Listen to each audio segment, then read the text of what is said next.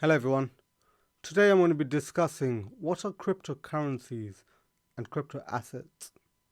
Stay tuned. Just to get straight into it, the real difference between a crypto asset and a cryptocurrency is an asset is something which you store value in. For example, a property is an asset.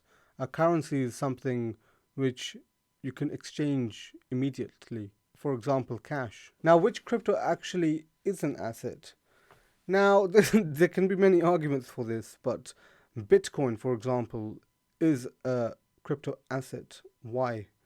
Bitcoin is something where you can store value. For example, a property. This is something that you store value in, or gold. Bitcoin is a digital asset which you can store value in. I don't truly believe Bitcoin is used for daily transactions as a currency.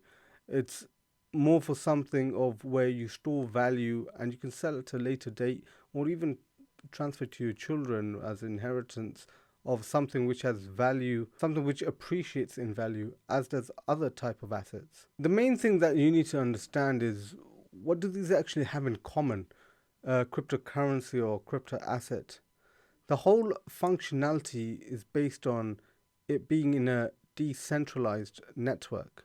That means there is no governmental control. It's something which the people control. Decentralization is the whole point of having crypto assets or cryptocurrencies.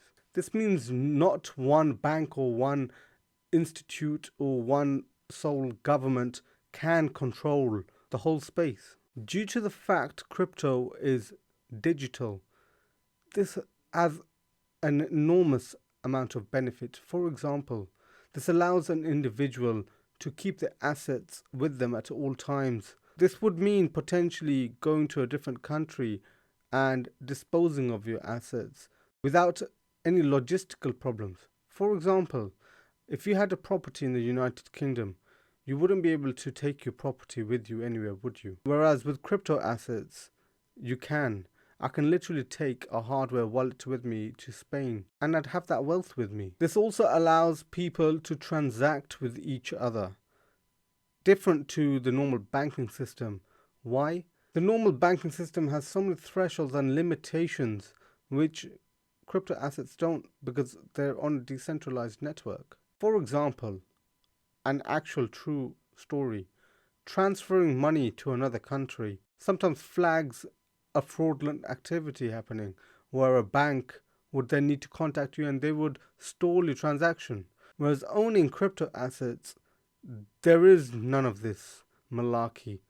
You can literally transfer funds to a different account without any of these limitations or restrictions from another entity. One other great thing about crypto assets is the fact that it's fully mobile. You can literally purchase another property. A live example, actually. You can go to the UAE, the United Arab Emirates, and actually purchase a property using your crypto. Whereas in many countries, you can't do that right now. What does that mean? If I were to, for example, from my UK standard bank account now, to go to a different country and purchase a property, I would first need to transfer that money through using the SWIFT network to another bank of their choosing.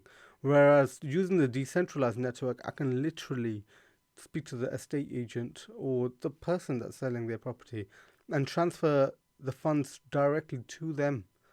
This is all on the public blockchain, so it's not something that would get lost. There'd be evidence for all of this.